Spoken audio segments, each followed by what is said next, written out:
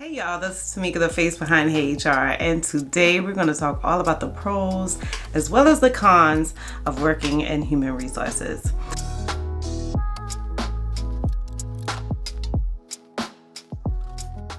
So I've been working in human resources for just over 10 years. Had my 10-year anniversary July 2022, and I have worked in several positions in several industries. So that has ranged from being an HR assistant to an HR specialist, HR associate, assistant HR manager, interim HR director, recruiter, talent acquisition specialist, and now HRBP. So I've worked in several industries too, and those industries were local government, clinical research, organ and tissue donation, hospitality and rental properties, as well as a global tech company. And so I've also done some consulting work where I've worked for small organizations with anywhere from 50 to 150 employees. And those were primarily in the hospitality industry, the trucking industry, things like that. So I think I have enough work under my belt to tell you guys what I think are the pros and the cons, because these I really just thought about myself and thought about how my career went and thought about what the information I've absorbed, not just from my experience, but also from other people that are colleagues that I may have interacted with throughout the years. And so some of the pros, or a pro that I would definitely say is something I liked about working in human resources, is being able to help others. You help others a lot because their career, their job is a large part of what they do. Primarily, you work 40 hours per week when you're working as a full-time employee, and that's a large part of your life. When you're able to help people through those 8 hours per day, 10 hours per day, whatever the schedule may be, I can tell you that you really see an appreciation because it's such a big part of people's lives. Either the stress that they're enduring, when you help them relieve that stress, really feels like you've helped a lot, or the money you've been able to save for the company, or the progression you see between the employee as well as the employer. Like, all of that involves helping each other. On the flip side of that is that there's sometimes you just can't help. Human resources is a neutral party, and so sometimes you can't really help the way you want to help. Let me put it that way, because I guess I wouldn't say you wouldn't help. You just can't always give people the resolution exactly how they're looking for it. You're looking for a neutral resolution. So yeah, that's a better way to put that. And so that guides me right into my next pro, which is being so instrumental between the relationship of an employee and the employer. Like, the person that's doing the job, that's coming to work every day, and the company that's providing that job for them. You're an instrumental part in that. Most times, whenever something goes wrong or something even goes right, HR is the place that both the employer and the employee comes to for a resolution. If it's an issue that may be arising and maybe one party doesn't see that it's an issue, if it's something that's an underlying issue and most times the company wants to fix that underlying issue, there are times that employees want to fix an underlying issue. I think that it's always nice that you see both sides so you're able to give a resolution and play a part in that. And I think, and I'm going to leave it at 3. So I'm only doing 3 pros, 3 cons. So my third top pro, because there's obviously way more than just these 3. But my third top pro is the career opportunities in human resources. It's just so nice to see human resources grow over the years. It has really transformed from being an admin position where someone may be a secretary collecting applications to it being called personnel, where people are kind of expected to do transactional duties on a regular basis in the human resources department, to now it's being called human resources, and it's definitely progressing to being called people management. And so I love that through those progressions, there's tons of career opportunities that's constantly happen for an HR professional. I see new names all the time. And I think that when it's used in a good way and it's really thought out for the company and it's really one that is a defined position, I think that that's just such a good thing for a human resources professional. I mean, once upon a time in my career, I used to thought to myself, like, there were only specific jobs I can do, and then I'll either get bored or I'll run out of job opportunities or what have you. Man, it feels like it's almost like infinite. It was so amazing in the beginning of 2020 when I saw on CBS News that they projected that there would be a 40% increase in job titles and a 20% increase in human resources opportunities. It allows my career to be infinite. And that's a blessing, to always know that I always be needed and in demand. Now, y'all, those were my pros, so we're going to dive into my cons. And some of my cons was that business strategy that includes like terminations and rifts. So I like doing business strategy, but when you're doing terminations, particularly for a reduction in force for some reason, and most times a reduction in force means, the company cannot continuously afford the amount of people that it has working for them because they're not getting the same amount of revenue that's generating into the organization. Maybe whatever they were creating or whatever they provide is not as in demand as it used to be. Now that's causing an effect on how many staff it needs to operate. Another thing could be that it just reorganized and decided, you know what, it's best if we not have these positions so that we can create these positions. And this will help us to grow over time as better as an organization. And I like the strategy of HR overall. It weighs on me heavy when it comes to terminations. Now, I'm gonna tell y'all, I done fired quite a few people throughout my career. I've talked about it in a video, so if you guys want to know more about it, you can check out this video, because those were like my top 3 like memorable terminations prior to like now. I mean, obviously I did that video a while ago, but when you're doing terminations on strategy or with a riff, it's different than doing terminations on a regular basis. So I feel like doing terminations on a regular basis, most times if you manage that properly, then that employee has an idea that that termination is an option and it's coming down the road. And so for me, that just makes it not as hard, because if you know that it's an opportunity or if it's something that's coming, then that means you have an opportunity to correct that. You can fix it. You know that if you can't fix it, then this is just probably best for you. So that it's almost like an easier termination, in my opinion. Even though my ref ones, it's like, come on, you knew this was coming.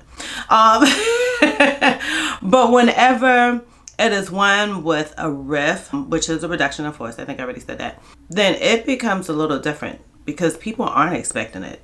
Some people haven't really understood that with organizational changes, it could be a chance that you don't lose, that you don't stay employed.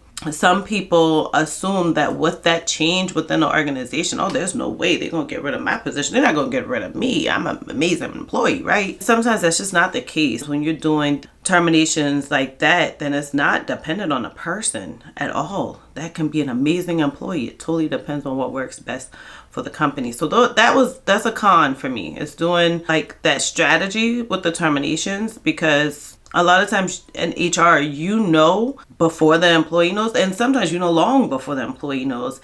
And that can make things where you really have to know yourself enough to not disclose this beforehand, because most times that includes a lot of legalities.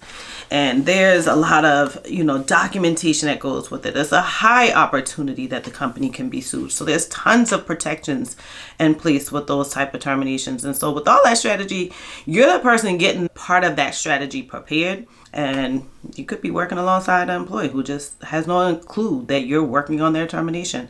And that's uncomfortable. So I don't really like that personally, myself. I'll do it. It's my job. Do I like it? Nah, I think it's a con.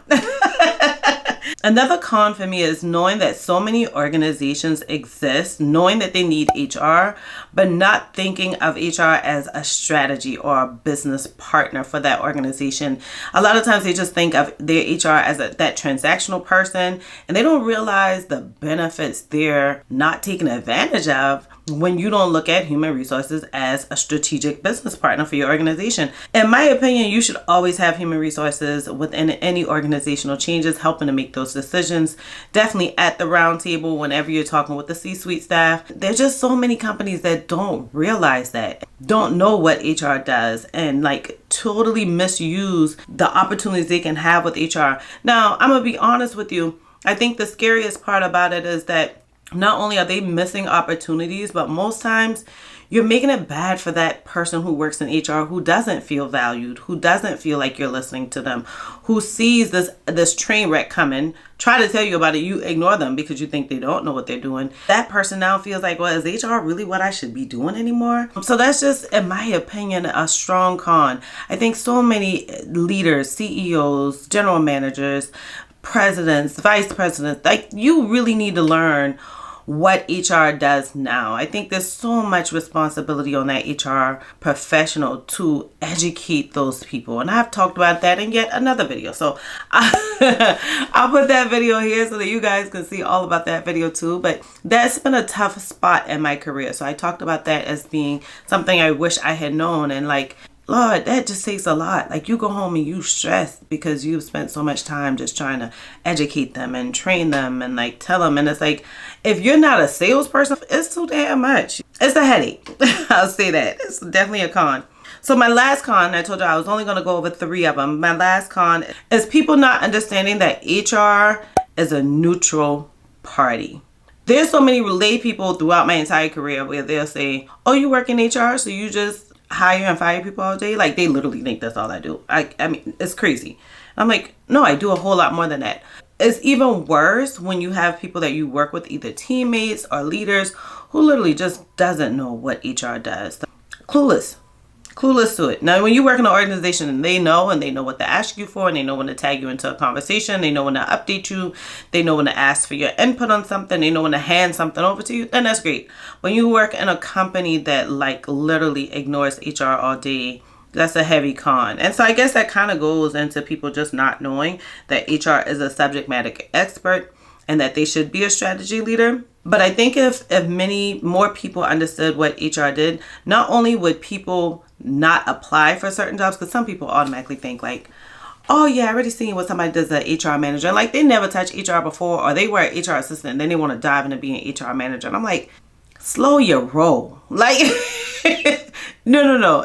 That tells me you're preparing yourself for a mess, because you really need to know what role you play in the business and operating that business and the success of that organization and the success of those employees. If you haven't had some of those times where you've done certain things throughout your career, you're setting yourself up, and as well as the company, as well as future employees, up for failure. But on the flip side, even with organizations, with leaders, I feel like when you don't realize what part HR can help, now you have missed an opportunity to create a good, positive culture, employees that stay longer with the organization, so to be able to retain those employees. And when you are able to make employees happy, like you're able to make them comfortable, like you're able to make them feel inclusive, like the productivity goes through the roof. So you miss opportunities of being able to earn even more money and to be even more successful, because you truly haven't even paid attention to those small things that HR can help you pay attention to. So if you guys want to know how to become a human resources professional, because I know like it's so different these days. I can't even say these days. It's always been difficult, in my opinion, to get in HR. It was difficult for me to get in HR. I know that there are more opportunities that are being created, so it should be a tad bit easier. But we also have a lot more resources than it was 10 years ago when I started my career. So what I've done is created a resource with full list of opportunities you can take advantage of to launch yourself into the human resources career field. And so if you want that, definitely check out the link below. It is a quick download that you can definitely use to help you get your career started in human resources. Now, what I'm going to do is tell you a bit about some of my wins in HR, because we get so caught up on what are pros and cons that we forget to realize that there are times that you just did amazing things that really work well for the organization. And the good thing about it is when HR does good things, then it stays for forever. Like, if you do the right changes, it's nice. Like, over my career, I've had employees that I used to work with 3-5 years ago say, oh yeah, Tamika, girl, ever since you did such and such, girl, yes, things have been so much easier, things have been so much better. I don't know how we existed before not having that. And like, that just shows the role that human resources can play in an organization. Some of the amazing wins that I've had is that I created an employee handbook. Not only did I just create an employee handbook, I decreased the amount of employee relations issues they had. I made things a little bit more neutral and understanding between both the employee and employer. So people weren't really spending time thinking about like, well, so-and-so thinks this. I made a handbook that allowed it to be, this is the guidelines that we go by. This is the rules that everybody goes by. And nobody had to really worry about either recreating a wheel or getting frustrated with a leader or a teammate because they think that they're making a decision that's personal versus one that's professional. That was a lot of work, but it was nice that I created an employee handbook. Another thing is that I have implemented so many different software. Like I've implemented human resources information systems, applicant tracking systems, benefit management systems, COBRA management systems. I really like that because I truly set up not only the employee that's coming behind me in that human resources position up for success, not only that organization for future success, but also the employees. Like it diminishes the amount of human error you can have.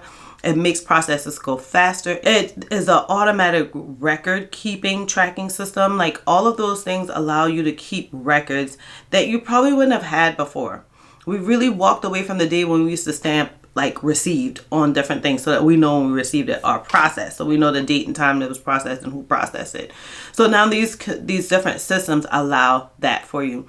It also allows human resources to function when a person's not doing anything. So, you have those benefit feeds that are going over on a weekly, daily basis. Your benefits are always being processed. So most times it's always current. So I was happy about implementing so many different software, and it definitely allowed me to see like how the software works so that I can know the capabilities I can do at a different organization or with a different software to make things even better. Another amazing thing that I like is that I improved benefits at one organization. The benefits were really rough. It was a small organization. They really needed to hit some milestones in order to have a better benefits package. And so I helped them create those milestones or kind of surpass those milestones. So we needed a certain number of employees that were on the plan. I increased the employee enrollment by 40%. We had employees who were getting off the plan because it was too expensive. I was able to let us look at like our last 2 years more thoroughly with our broker and our account managers, and we were able to decrease those costs. I was able to get the employer to decide, okay, I'll add in money on an employee's HSA. So that allowed employees to not only get on the plan, but also to keep the plan or to change from one plan to another. So that was super duper helpful. Another thing that I did, it was nice to see me convert contractors into employees. Y'all, that can be difficult because a lot of people like the freedom of working for themselves, but it saved the company in so many ways when I was able to do that. In the eyes of the law, if it walks like a duck, quacks like a duck, it's a duck. So if a contractor is coming into the office every day, needing to be there at a certain time, using company equipment, then they look like an employee because those are all the things you do for an employee. So that was kind of mind-blowing to me that we had so many contractors there and we were working so hard to recruit talent. And I was just like, change these folks into contractors, but you don't want to just tell people that because that could definitely create bad culture. So what I did was by improving the benefits, educating them more on the benefits of being an employee, being an HR department that they felt comfortable talking to. It was nice to see them just constantly rolling over to being employee from after being a contractor. And it was crazy because even my CEO was like, oh my God, I wasn't ever able to get them to change over. How'd you do this? Those are the things that HR can see and can do and can strategize when the company can't see that. It's just, it's a nice place to be in. So y'all, I really like doing that video. My plan was to keep it like to the point for you guys. But if you have any questions about human resources or want to know about any areas that you find are difficult for you or that you want to share sometimes when you just had some great milestones yourself, then definitely leave them down inside the comments below. And y'all know I will meet you in the comments. For those of you who are new, I hope that you found enough value in this video that you decide to subscribe. For those of you who are returning, I hope that I served you with some more information that really helps you navigate your human resources career. I just cannot wait to see you all on the next video.